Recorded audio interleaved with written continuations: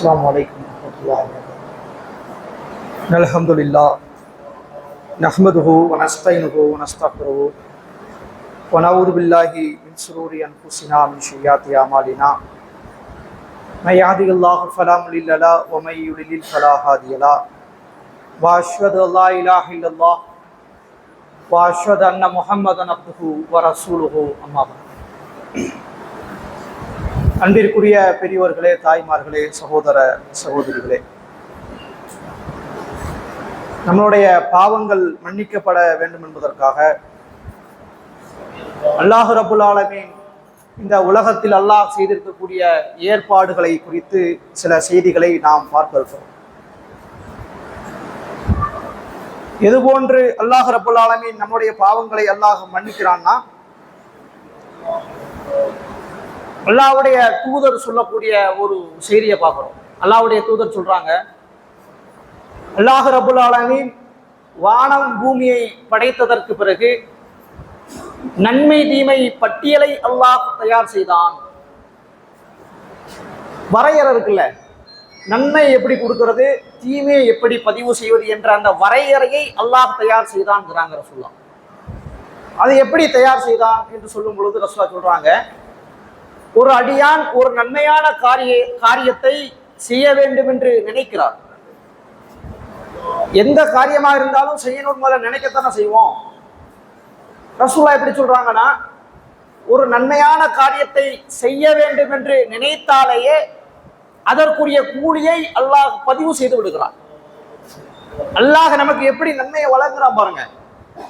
ஒரு நன்மையான காரியம் இருக்கு, அந்த காரியத்தை செய்யல, நம்ம செய்யணும்னு நினைக்கிறோம். ஒரு தர்மம் கொடுக்கணும்னு நினைக்கிறோம், தொழுவணும்னு நினைக்கிறோம். ஏதேனும் ஒரு நன்மையான காரியத்தை செய்ய வேண்டும் என்று நாம் நினைத்தால், செய்தால் என்ன கூலி வழங்கப்படுமோ அந்த கூலி பதிவு செய்யப்பட்டு விடுகிறது நம்ம செய்ததாகவே. ஒரு கால் அதை செய்து விட்டால் அதை 10 மடங்காக, 70 மடங்காக, 700 மடங்காக அல்லாஹ் அதை பதிவு செய்கிறான் என்று அல்லாஹ்வுடைய தூதர் செய்றாங்க சொல்றாங்க. ஒரு நன்மையான காரியத்தை செய்யணும்னு நினைத்தால் இப்படி அல்லாஹ் என்ன செய்யறான், கூலி வழங்கக்கூடியவனாக இருக்கிறான். ஒரு பாவமான காரியம் இருக்கு, ஒரு பாவத்தை நாம் செய்ய வேண்டும் என்று நினைக்கிறோம். அப்படி நினைத்தா அதோடைய பாவம் பதிவு செய்யப்படுமான்னு கேட்டா பதிவு செய்யப்படுவதில்லை. எப்படி நன்மைக்கு அல்லாஹ் நம்ம நினைத்த உடனேயே அதற்கு நன்மை செய்ததாக பதிவு செய்கிறானோ, அதுபோன்று தீமைக்கு அல்லாஹ் செய்யறதில்லை. ஒரு தீமையை நாம் செய்ய வேண்டும் என்று நினைத்து ஒண்ணு அதை செய்வோம், இல்லாட்ட செய்யாம விட்டுருவோம். அதை செய்து விட்டால் ஒரு பாவம் செய்ததாக பதிவு செய்யப்படுகிறது. அந்த பாவத்தை செய்யாம விட்டுட்டோம்னு வைங்க, பாவத்தை செய்ய வேண்டும் என்று நினைத்து அதை விட்டதன் காரணமாக ஒரு நன்மையை அல்லாஹ் பதிவு செய்கிறான். அப்ப இந்த வரையறை நமக்கு எதை சுட்டி காட்டுது பாருங்க. ஒரு நன்மையான காரியத்தை செஞ்சா கூலி கொடுக்கிறதுங்கிறது சரிதான், நினைச்சாலே கூலினா, நினைத்தாலேயே அதற்குரிய கூலி பதிவு செய்யப்பட்டு விடும் என்று அல்லாஹ்வுடைய தூதர் சொல்றாங்க. அப்போ அல்லாஹ் ரப்புல் ஆலமீன் நமக்கு நன்மைகளை வாரி வழங்குறதிலையும் சரி, நம்மளுடைய பாவங்களை மன்னிப்பதற்கும் அல்லாஹ் வரையறையை இப்படித்தான் நம்ம வச்சிருக்கலாம். நம்மளே நினைத்தாலும் கூட நம்மளுடைய பாவ மூட்டைகள் அதிகரித்து விடாது. அந்த அளவுக்கு அல்லாஹ்வுடைய செட்டப் இருக்கு. எந்த அளவுக்குன்னா, அல்லாஹ்வுடைய தூதர் நம்மளுடைய உள்ளம் இருக்குல்ல, நம்ம என்ன எண்ணுகிறோமோ அதற்கு அல்லாஹ் என்ன செய்யறான், கூலி கொடுக்கக்கூடியவனாக இருக்கிறான். அபூ ஹுரைரா ரலியல்லாஹு அன்ஹு அவர்கள் அறிவிக்கக்கூடிய ஒரு செய்தி, அல்லாஹ் ரப்புல் ஆலமீன் உங்களுடைய புற தோற்றத்தையோ உங்களுடைய செல்வத்தையோ அல்லாஹ் பார்க்க மாட்டான், மாறாக உங்களுடைய உள்ளத்தையும் உங்களுடைய செயல்களையுமே அல்லாஹ் பார்க்கிறான் என்று அல்லாஹ்வுடைய தூதர் சொல்வதாக சொல்றாங்க. அப்போ அல்லாஹ் ரப்புல் ஆலமீன் எதை பார்க்கிறான் பாருங்க. நம்மளுடைய புற தோற்றத்தை பார்க்கல, நம்மள்ட்ட இருந்துக்கிற செல்வத்தை அல்லாஹ் பார்க்க. நம்ம ஒரு ஆளை எப்படி பார்ப்போம், நம்ம பார்க்கிற மாதிரி அல்லாஹ்வுடைய பார்வை கிடையாது. நம்ம எப்படி ஒரு மனிதரை புற தோற்றத்தை பார்த்து தீர்மானிப்போமோ, அவருடைய செல்வத்தை பார்த்து எப்படி நம்ம முடிவு செய்வோமோ, அது போன்று அல்லாஹ் பார்வை கிடையாது. அல்லாஹ் எதைத்தான் பார்க்கிறான், உங்களுடைய உள்ளத்தை பார்க்கிறான். அப்ப நன்மையான காரியம் நான் செய்யணும்னு நினைச்சிட்டேன்ல, அதுக்கெல்லாம் என்ன செய்யறான்? கூலி வழங்கக்கூடியவனாக இருக்கிறான். இந்த செய்தி பல ஹதீஸ்கள் மூலமாக நமக்கு தெளிவு பெறுது. இன்னொரு இடத்தை பாருங்களேன், இப்படி பல செய்திகள் இடம்பெற்றிருந்தாலும் முக்கியமா இன்னொரு அற்புதமான ஒரு செய்தி, தபூக் யுத்தத்தின் பொழுது அல்லாஹ்வுடைய தூதர் மக்களிடத்துல அறிவிப்பு செய்யறாங்க, நம்ம இந்த திசையில போருக்கு போக போறோம், அதற்குரிய ஆயத்த பணிகளை செய்யுங்க என்று அல்லாஹ்வுடைய தூதர் சொல்றாங்க. அதற்குரிய ஏற்பாடுகளை எல்லாம் சகாபாக்கள் செஞ்சுக்கிட்டு இருக்கிறாங்க. அந்த பயணம் ரொம்ப சிரமமான ஒரு காலகட்டமாக அந்த போர்க்களம் இருக்குது. கிட்டத்தட்ட மதீனாவில இருந்து வெகு தொலைவுல, கிட்டத்தட்ட 200 கிலோமீட்டருக்கு அப்பால். அப்ப எவ்வளவு தூரம் பாலைவனத்துல பயணிக்க வேண்டியிருக்கும், எவ்வளவு சிரமம் இருக்கும், எவ்வளவு பள்ளத்தாக்குகளை எல்லாம் அவர்கள் கடக்கிறாங்க. ரொம்ப சிரமத்தோடு அந்த பயணம் அமைந்திருக்கிறது. சகாபாக்கள் படக்கூடிய கஷ்டத்தை அல்லாஹ்வுடைய தூதர் பார்த்துட்டு சொல்றாங்க, நீங்கள் படக்கூடிய எந்த ஒன்றையும் அல்லாஹ் விட்டு விட மாட்டான்.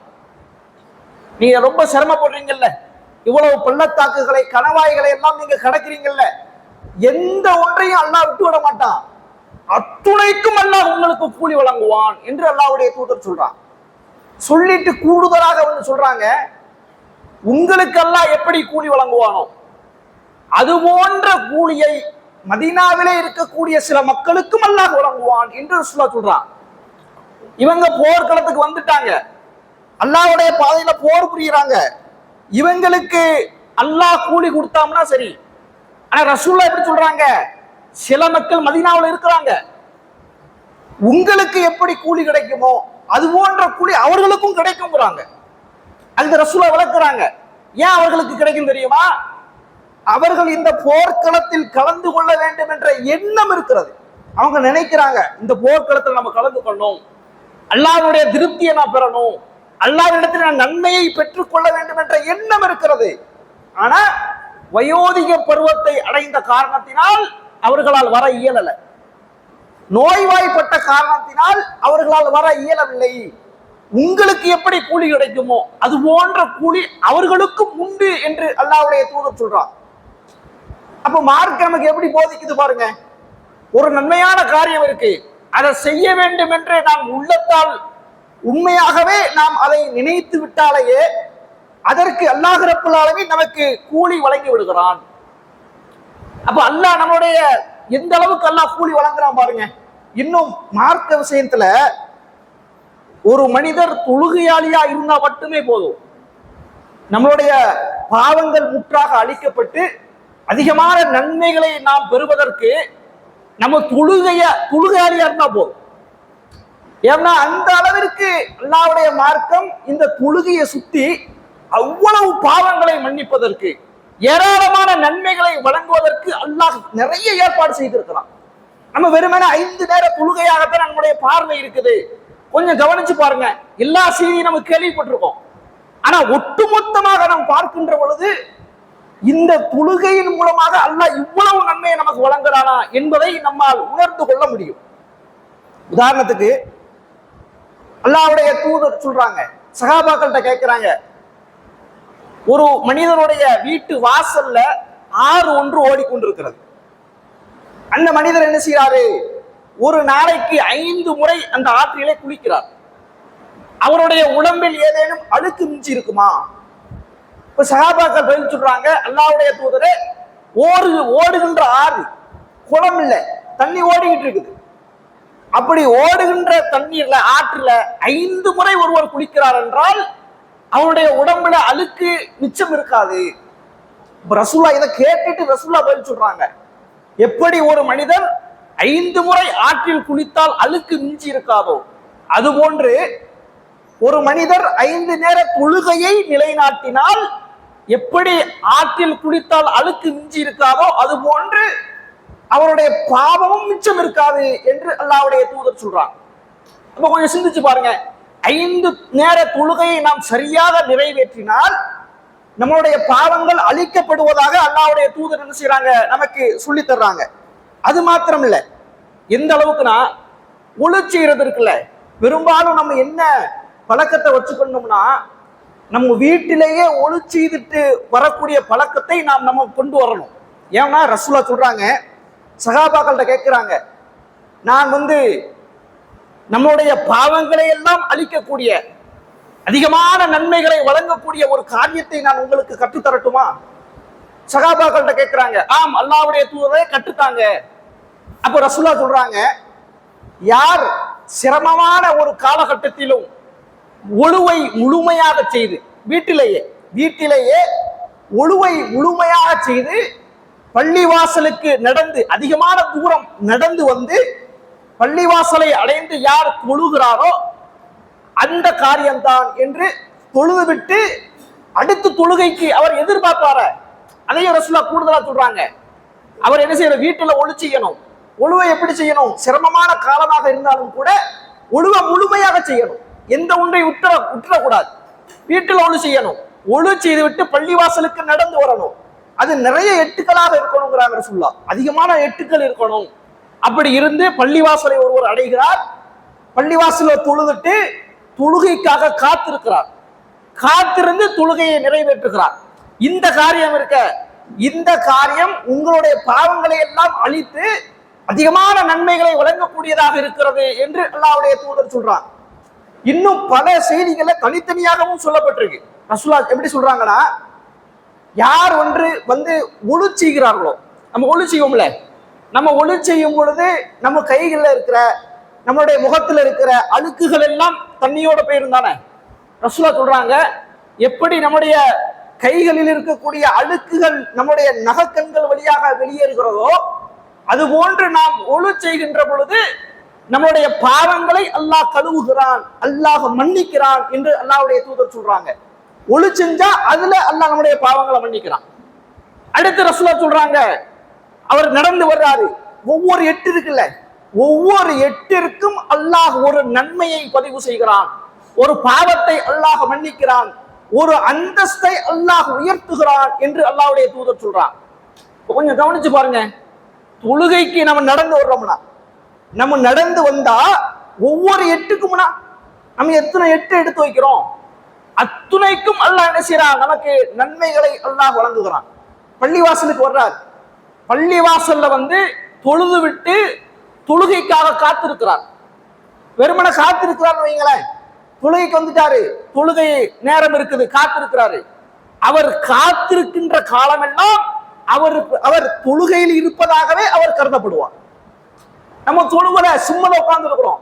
சும்மா உட்கார்ந்து இருந்தால் கூட தொழுகையில் அவர் இருந்தால் என்ன நன்மை கிடைக்குமோ அது அவருக்கு வழங்கப்பட்டு கொண்டிருக்கிறது என்று அல்லாஹ்வுடைய தூதர் சொல்றாங்க. தொழுகையை நிறைவேற்றாரு. தொழுகையை முடித்ததற்கு பிறகு தொழுத இடத்திலேயே அமர்ந்திருக்கிறார். இப்ப நம்ம தொழுது உட்கார்ந்து இருக்கோம் பாருங்க. இதற்கும் ரசூலுல்லாஹ் சிறப்பு சொல்றாங்க. ஒருவர் தொழுது விட்டு தொழுத இடத்திலேயே அவர் அமர்ந்திருக்கிற காலம் எல்லாம் அவர்கிட்ட ஒழு முறியாத வரைக்கும் ரசூலுல்லாஹ் ஒரு கண்டிஷனும் போடுறாங்க. ஒழு முறியாத வரைக்கும் அல்லாஹ் ரப்பல் ஆலமீன் ஒரு வானவரை அல்லாஹ் நியமிக்கிறான். ஒரு வானவர் என்ன செய்யறாரு? நமக்கு அருகில வந்துகிட்டு அவர் பிரார்த்தனை செய்ய ஆரம்பிக்கிறார். ரசூலுல்லாஹ் சொல்றாங்க, அவர் என்ன பிரார்த்திப்பார்னா, யா அல்லாஹ் இவருக்கு நீ அருள் செய், யா அல்லாஹ் இவருடைய பாவங்களை நீ மன்னித்து விடு என்று அவர் பிரார்த்தனை செய்து கொண்டே இருப்பார். எது வரைக்கும்? நம்ம தொழுத இடத்துல நாம் அமர்ந்திருக்கின்ற காலம் எல்லாம், நம்மள்ட்ட ஒழு முறிகிற வரைக்கும் இப்படி அவர் பிரார்த்தனை செய்து கொண்டே இருப்பார் என்று அல்லாஹ்வுடைய தூதர் என்ன செய்யறாங்க? நமக்கு சொல்றான். அப்ப எந்த அளவுக்கு நன்மை அல்லாஹ் கொடுக்குறான் பாருங்க. அது மாத்திரம் இல்ல, பாங்கு சொல்றது இருக்குல்ல, பாங்கு சொல்றதுடைய சிறப்பை குறித்து நீங்கள் அறிந்து கொண்டால் ஒருவருக்கொருவர் போட்டி போட்டுக் கொள்வீர்கள் என்று அல்லாஹ்வுடைய தூதர் சொல்றாங்க. பாங்கு சொல்றதுலையும் நன்மை இருக்கிறது. அதே போன்று முதல் வருஷம் இருக்குல்ல, முதல் வரிசையினுடைய நன்மையை நீங்கள் அறிந்து கொண்டால் சீட்டு குலுக்கி போடுவீங்க. சண்டை வந்துடும் நமக்குள்ள. இப்ப நான் தான் முதல்ல வந்தேன், நான் தான் முதல்ல அந்த இடத்தை பிடிச்சேன், நான் முதல்ல வந்துட்டேனப்பா உனக்கு முன்னாடியே அப்படின்னு நமக்குள்ள சண்டை அப்ப யாருக்கு தான் அந்த இடம்? ரெண்டு பேருமே முதல்ல வந்துட்டீங்க, அப்ப சீட்டு குலுக்கி போடுவோம். இப்படி நீங்கள் முடிவெடுத்து விடுவீர்கள் என்று அல்லாஹ்வுடைய தூதர் சொல்றான். அப்ப அதற்குரிய எவ்வளவு நன்மை அல்லாஹ் கொடுக்குறான் பாருங்க. முதல் வரிசையினுடைய நன்மை என்று அல்லாஹ்வுடைய தூதர் என்ன செய்யறாங்க? நமக்கு சொல்றாங்க. அதே போல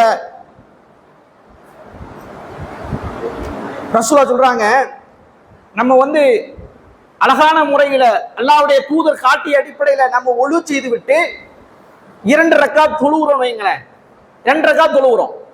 நாம் அப்படி தொழுது விட்டால் நம்முடைய முந்தைய பாவங்களை அல்லாஹ் மன்னித்து விடுகிறான். நம்ம வெறுமன வர்றோம், சுன்னத்தான தொழுகை நம்ம முன்னாடி சொன்னமே, அதெல்லாம் ஃபர்லான தொழுகையை குறிக்குது. ரசூலா எப்படி சொல்றாங்க, ஒழு செஞ்சுட்டு 2 ரக்காத் ஒரு ஆள் தொழுகிறார். அப்படி தொழுதாலேயே அவருடைய முந்தைய பாவங்களை அல்லாஹ் மன்னித்து விடுகிறான். எந்த அளவுக்கு அல்லாஹ் நமக்கு நன்மைகளை வழங்குறாம்னா, நம்முடைய கடமையான 5 நேர தொழுகை இருக்கு பாருங்க, நம்ம தனியா தொழுகிறோம் வைங்க, எத்தனை ரக்காத் தொழுகிறோம், 4 ரக்காத் தொழுகைன்னு வச்சுக்கோங்க, 4 ரக்காத் தொழுகையுடைய நன்மை கிடைக்கும். ஆனா ரசூலா என்ன சொல்றாங்க, நீங்க ஜமாத்தாக தொழுதீங்கன்னா 27 மடங்கு நன்மையை அல்லாஹ் உங்களுக்கு பதிவு செய்கிறான். எத்தனை மடங்கு? 27 மடங்கு. 27 மடங்குனா 4 ரக்காத் தொழுகனா 108 ரக்காத் தொழுவா என்ன நன்மை கிடைக்கும், அந்த நன்மை அல்லாஹ் கொடுக்குறான். அப்போ எந்த அளவுக்கு நன்மை, 108 ரக்காத் தொழுகை நம்மளால தொழுவ முடியுமா? தொழுவ முடியாது. ஆனா அல்லாஹ் ரப்பல் ஆலமீன் நம்ம ஜமாத்துல ஈடுபட்டு ஜமாத்தாக நம்முடைய தொழுகையை நாம் அமைத்துக் கொள்வோமே ஆனால் 27 மடங்கு நன்மையை அல்லாஹ் பதிவு செய்கிறான் என்று அல்லாஹ்வுடைய தூதர் என்ன செய்றாங்க, சொல்றாங்க. அதே போல இன்னும் எந்த அளவுக்கு பாருங்க, நம்ம கற்பனையே பண்ண முடியாத அளவிற்கு ஒரு செய்தியை பார்க்கிறோம். அனஸ் ரலியல்லாஹு அன்ஹு அவர்கள் அறிவிக்கக்கூடிய ஒரு செய்தி. நான் அல்லாஹ்வுடைய தூதர் அருகாமையில் நாம் அமர்ந்திருந்தேன். அவங்க அறிவிக்கிறாங்க அந்த செய்தியை. ரசூல்லா பக்கத்துல நான் உட்கார்ந்து இருந்தேன். அப்போ ஒரு மனிதர் வர்றார், அல்லாஹ்வுடைய தூதரை சந்திச்சு கேட்கிறாங்க, அல்லாஹ்வுடைய தூதரே, நான் தண்டனைக்குரிய ஒரு பாவத்தை நான் செய்து விட்டேன். அவர் எப்படி சொல்றாரு பாருங்க, என்ன தண்டனை, என்ன பாவத்தை அவர் செஞ்சார்னு சொல்லல, அந்த ஹதீஸ்லயும் இடம் பெறல. எப்படி சொல்றாரு, ஆனா தண்டனைக்குரிய பாவத்தை நான் செய்து விட்டேன். தண்டனைக்குரிய பாவம்னா பெரும்பாவம். தண்டனைக்குரிய ஒரு பாவத்தை நான் செய்து விட்டேன். எனக்கு அல்லாஹ்வுடைய மார்க்கத்தின்படி சட்டப்படி என்ன தண்டனை வழங்க வேண்டுமோ அந்த தண்டனை எனக்கு தாருங்கள் அப்படிங்கிறாங்க. ரசூலா அமைதியாவே இருக்கிறாங்க. மீண்டும் என்ன செய்றாங்க, ரசூலா இந்த சைடு திரும்பிக்கிறாங்க. திரும்ப இந்த சைடு வந்து என்ன செய்யறாரு, மீண்டும் அதையே சொல்றார், அல்லாஹ்வுடைய தூதரே, தண்டனைக்குரிய ஒரு பாவத்தை நான் செய்து விட்டேன், எனக்கு அதற்குரிய தண்டனையை தாங்க. வக்து நேரம் வருது, ரசூலா தொழுகைக்கு போயிடுறாங்க. தொழுகை முடியுது. தொழுகை முடிந்ததற்கு பிறகு அல்லாஹ்வுடைய தூதர் அமர்ந்திருக்கிறாங்க. மீண்டும் அந்த மனிதர் வருகிறார். வந்து மீண்டும் அல்லாஹ் ரசூலா சொல்றாங்க, அல்லாஹ்வுடைய தூதரே, தண்டனைக்குரிய ஒரு பாவத்தை நான் செய்து விட்டேன், அதற்குரிய மார்க்கம் வழிகாட்டக்கூடிய தண்டனை எனக்கு தாங்க. அப்போ ரசூலா கேட்கிறாங்க, இப்போ தொழுகை நடந்துச்சா? ஆமா. நீ தொழுதியா கூட? ஆமா, நானும் தொழுவேன். அப்படியானால் உன்னுடைய பாவத்தை அல்லாஹ் மன்னித்து விட்டான், போ என்று அல்லாஹ்வுடைய தூதர் அவரை அனுப்பி வைத்தார்கள் என்று அனஸ் ரலியல்லாஹு அன்ஹு அவர்கள் அறிவிக்கிறார். இப்ப கொஞ்சம் சிந்திச்சு பாருங்க, பாவம் தண்டனைக்குரிய பாவம்னு ஹதீஸ்ல தெளிவா இடம் பெற்றிருக்கு. என்ன பாவம் தெரியல. ஆனா ரசூலுல்லாஹ் என்ன சொல்றாங்க, நீ தொழுதியான்னு கேட்கிறாங்க. ஆமாங்கிறாங்க. ஆமா, தொழுதேன். அப்படியானால் உன்னுடைய பாவத்தை அல்லாஹ் மன்னித்து விட்டான். அப்ப கொஞ்சம் சிந்திச்சு பாருங்க, நம்முடைய தொழுகையின் மூலமாக அல்லாஹ் ரப்பல் ஆலமீன் நமக்கு வழங்கக்கூடிய நன்மைகளை பாருங்க. நம்முடைய பாவங்களை அல்லாஹ் எந்த அளவுக்கு மன்னிக்க கூடியவனாக இருக்கிறான் பாருங்க. அது மாத்திரம் இல்ல, நம்ம தொழுகையை சரியாக நிறைவேற்றக்கூடியவர்களாக இருந்து ஒரு ஜிம்மாவை நம்ம அடைகிறோம். ஒரு ஜிம்மாவில இருந்து இன்னொரு ஜிம்மா அடைவோன்னு வைங்களேன், இந்த 2 ஜிம்மாவுக்கும் இடையிலே இருக்கக்கூடிய பாவங்களை அல்லாஹ் மன்னிக்கிறான். ஒவ்வொன்றும் தனித்தனியா பாவம் மன்னிக்கப்படுது. நம்ம ஒவ்வொரு 8க்கும் பாவம் மன்னிக்கப்படுது. தொழுதா நம்முடைய பாவங்கள் மன்னிக்கப்படுகிறது. ஒரு ஜிம்மாவுக்கும் இன்னொரு ஜிம்மாவுக்கும், நோம்புக்கு கூட சொல்லுவோம் பாருங்க, ஒரு வருடத்தினுடைய முஹர்ரம் மாதத்தினுடைய நோன்பை யார் நோக்கிறாரோ அவருடைய ஒரு வருடத்தினுடைய பாவங்கள் மன்னிக்கப்படுகின்றன. ரமலான் மாதத்திலே யார் நோன்பு நோக்கிறாரோ அவருடைய முந்தைய பாவங்கள் மன்னிக்கப்படுகின்றன. யார் நன்மையை எதிர்பார்த்தவராக ரமலான் மாதத்திலே நின்று வணங்குகிறாரோ அவருடைய முந்தைய பாவங்கள் மன்னிக்கப்படுகின்றன. இப்படி பாவங்களை மன்னிப்பதற்கு அல்லாஹ் செய்திருக்கக்கூடிய ஏற்பாடுகள் ஏராளமாக அல்லாஹ் செய்திருக்கிறான்.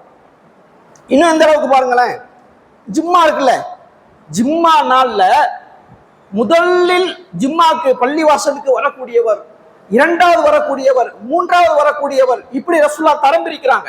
முதல்ல வரக்கூடியவர் ஒரு ஒட்டகத்தை குர்பானி கொடுத்தால் என்ன நன்மை கிடைக்குமோ அந்த நன்மையை அவர் பெறுகிறார். ஒரு ஒட்டகத்தை வாங்கி குர்பானி கொடுக்கணும்னா எவ்வளவு காசாகும்? இன்னைக்கு ஆனா ரசூலுல்லாஹ் எப்படி முடிச்சிட்டாங்க? ஜும்மா அன்னைக்கு யாரு முதலில் வருகிறாரோ அவர் ஒட்டகத்தை குர்பானி கொடுத்த நன்மையை பெறுகிறார். இரண்டாவது வருபவர் மாட்டை குர்பானி கொடுத்த நன்மையை பெறுகிறார். மூன்றாவதாக வருபவர் ஆட்டை குர்பானி கொடுத்த நன்மை, கோழியை குர்பானி கொடுத்த நன்மை, முட்டையை குர்பானி கொடுத்த நன்மை என்று அல்லாஹ்வுடைய தூதர் என்ன செய்யறாங்க? இப்படி சொல்லி தர்றாங்க. அப்ப நன்மைகளை வாரி வழங்குறதுல அல்லாஹ் ரப்பல் ஆலமீன் எவ்வளவு ஏற்பாடு செஞ்சிருக்கிறான் பாருங்க. வெறுமன நம்ம ஃபர்லான தொழுகையை மாத்திரம் எடுத்திருக்கிறோம். சுன்னத்தான தொழுகைகள் ஏராளம் இருக்கிறது. அதுல நம்முடைய பாவங்கள் மன்னிப்பதற்கு இன்னும் ஏராளமான ஏற்பாடுகளை அல்லாஹ் செய்திருக்கிறான். அது மாத்திரம் தொழுகையில் இவ்வளவு இருக்குல்ல, நோன்பை எடுத்துக்கொண்டால் அதையும் அல்லாஹ்வுடைய தூதர் நமக்கு சொல்லி தர்றாங்க. தர்மம் செய்வதை எடுத்துக்கொண்டோம்னா, நம்ம தர்மம் செய்யறோம்னா அதுலயும் நம்மளுடைய பாவங்கள் மன்னிக்கப்படுவதாக அல்லாஹ்வுடைய தூதர் சொல்றாங்க. உம்ரா செய்யறோம், ஹஜ் செய்யறோம். உம்ரா செய்கின்ற பொழுது ஒரு உம்ராவுக்கும் இன்னொரு உம்ரா செய்யறோம் வைங்களேன், இரண்டு உம்ராவுக்கும் இடையில இருக்கக்கூடிய பாவங்களை அல்லாஹ் மன்னிக்கிறான். ஹஜ் செஞ்சோம்னா அல்லாஹ்வுடைய தூதர் எப்படி சொல்றாங்க, எப்படி வார்த்தையை பயன்படுத்துறாங்க? அன்று பிறந்த பாலகனை போன்று அவர் மாறி விடுகிறார். அங்கீகரிக்கப்பட்ட ஹஜ் ஒருவர் செஞ்சுட்டாங்க வைங்களேன், அவர் செஞ்ச ஹஜ் அல்லாஹ்விடத்தால் ஏற்றுக்கொள்ளப்பட்டது என்று சொன்னால் அவர் எப்படி மாறி போயிடுறாரு? அன்று பிறந்த பாலகனை போல் அவர் மாறி விடுகிறார். அப்ப கொஞ்சம் சிந்திச்சு பாருங்க, நம்ம செய்யக்கூடிய இபாதத்து வணக்க வழிபாடுகள் மூலமாக அல்லாஹ் ஏராளமான நன்மைகளை அல்லாஹ் வழங்குகிறான். நம்முடைய பாவங்களை அல்லாஹ் மன்னிக்கிறான். அது மாத்திரம் இல்ல, இன்னும் எந்த அளவுக்குனா நம்மள்ட நற்குணம் இருக்கும்ல, அதன் மூலமாகவும் அல்லாஹ் நம்முடைய பாவங்களை மன்னிக்கிறான். எப்படின்னா பாக்குறோம்னா, நம்ம கேள்விப்பட்ட ஒரு செய்தி தான். ஒரு மனிதர் என்ன செய்யறாரு? ஒரு காட்டு வழியா நடந்து போறார். அவருக்கு கடுமையான தாகம் ஏற்படுகிறது. ஒரு கிணற்றை பார்க்கிறாரு. கிணற்றுல கீழே தண்ணி இருக்குது. அப்ப என்ன செய்யறாரு? கீழே இறங்கி போறாரு, தண்ணியை குடிச்சிட்டாரு. கிணற்றுக்கு மேல வந்தார், போறார், பார்க்கிறாரு ஒரு நாய் இருக்குது. அது ஈரத்தரையை நக்கி கொண்டு இருக்கிறது, கடுமையான தாகம் இருக்கிறது. அவர் பார்க்கிறாரு, நம்ம இறங்கிட்டோம், தண்ணி எடுத்து குடிச்சிட்டோம், இந்த நாய் எப்படி இறங்கி தண்ணியை குடிக்கும்? எவ்வளவு தாகம் இருக்குது. அப்ப என்ன செய்யறாரு? அவரு அந்த நாய் மேல இறக்கப்படுறார். இறக்கப்பட்டு அல்லாஹ்வுடைய தூதர் இப்படி ஒரு செய்தி நடந்ததாக ரசூலுல்லாஹ் சொல்றாங்க. அவர் என்ன செய்யறாரு? அந்த கிணற்றுல மீண்டும் இறக்குகிறார். தன்னுடைய காலுறை இருக்குல்ல, அதை நனைத்து கொண்டு தன்னுடைய வாயில் கவியவராக மேல ஏறி வர்றார். ஏறி அதை பிள்ளைங்க என்ன செய்யறாரு? அந்த நாய்க்கு தண்ணீர் புகட்டுகிறார். இதன் காரணமாக அல்லாஹ் ரப்பல் ஆலமீன் அவருடைய பாவங்களை அல்லாஹ் மன்னித்தான். இப்படி செய்தியை பார்க்கிறோமே. அப்போ நம்ம செய்யக்கூடிய எந்த நன்மையான காரியமாக இருந்தாலும், அது மாத்திரம் இல்ல, நடந்து போய்கிட்டு இருக்கிறோம், மக்களுக்கு இடையூறு தரக்கூடிய ஏதேனும் ஒரு பொருள் இருக்குது, அதை எடுத்து அப்புறப்படுத்துறோம் வைங்க. ரசூலுல்லாஹ் சொல்றாங்க, ஒரு மனிதர் என்ன செய்யறாரு? மனிதர்களுக்கு இடையூறு தரக்கூடிய ஒரு கொப்பு இருக்குது, அந்த மரக்கிளையை என்ன செய்யறாரு? வெட்டி என்ன செய்யறாரு? அதை தள்ளி போடுறாரு. அதன் காரணமாக அல்லாஹ் ரப்பல் ஆலமீன் அவருடைய பாவங்களை அல்லாஹ் மன்னித்தான். அப்ப கொஞ்சம் சிந்திச்சு பார்த்தோம்னா, நம்ம செய்யக்கூடிய எந்த ஒரு காரியமாக இருந்தாலும் சரி, அது அல்லாஹ்விடத்திலே நன்மையை எதிர்பார்த்து அமையுமையானால் அதற்கு அல்லாஹ் ரப்பல் ஆலமீன் நமக்கு அதிகமாக நம்முடைய பாவங்களை மன்னிப்பதற்கு, அதிகமான நன்மைகளை வாரி வழங்குவதற்கு அல்லாஹ் ஏராளமான ஏற்பாடுகளை அல்லாஹ் செய்திருக்கிறான். இன்னும் அதை எடுத்தோம்னா வந்துகிட்டே இருக்கு. அப்போ இப்படி என்ன செய்ய முடியுது? இதை பொறுத்த வரைக்கும் இது மாத்திரம் இல்லை, நேரடியாக அல்லாஹ்விடத்திலே பாவ மன்னிப்பு தேடுவோம்ல, யா அல்லாஹ் என்னுடைய பாவங்களை மன்னித்து விடு என்று அல்லாஹ்விடத்திலே பிரார்த்திப்போம், பாவ மன்னிப்பு தேடுவோங்க, தௌபா செய்வோங்க. இது ஒரு பகுதி இருக்கிறது. இதை பொறுத்த வரைக்கும் சிறு பாவங்கள் மன்னிக்கப்படுகிறது என்றுதான் என்ன செய்யறாங்க? சொல்லப்படுது. பெரும் பாவங்களை பொறுத்த வரைக்கும் அல்லாஹ்விடத்திலே நாம் மன்றாடினால், அல்லாஹ்விடத்திலே அழுது நாம் புலம்பி பாவ மன்னிப்பு தேடினால் அல்லாஹ் பாவங்களை மன்னிக்கக்கூடியவனாக இருக்கிறான். அதுக்கு சில நிபந்தனைகளை எல்லாம் மார்க்க நமக்கு கோடிட்டு காட்டுது. அதை இன்ஷா அல்லாஹ் வரக்கூடிய நாட்கள் என்ன செய்யும் நம்ம பார்ப்போம். அல்லாஹ்வுடைய மார்க்கத்தை சரியாக விளங்கி நடக்கக்கூடிய நன்மக்களாக அல்லாஹ் நம் அனைவரையும் ஆக்கி அருள்புரிவானாக என்று பிரார்த்தித்து எனது உரையை நிறைவு செய்கிறேன். வாஹிர் தவான் அல்ஹம்துலில்லாஹி ரப்பில் ஆலமீன். அஸ்ஸலாமு அலைக்கும் வரஹ்மத்துல்லாஹி வபரகாத்துஹு.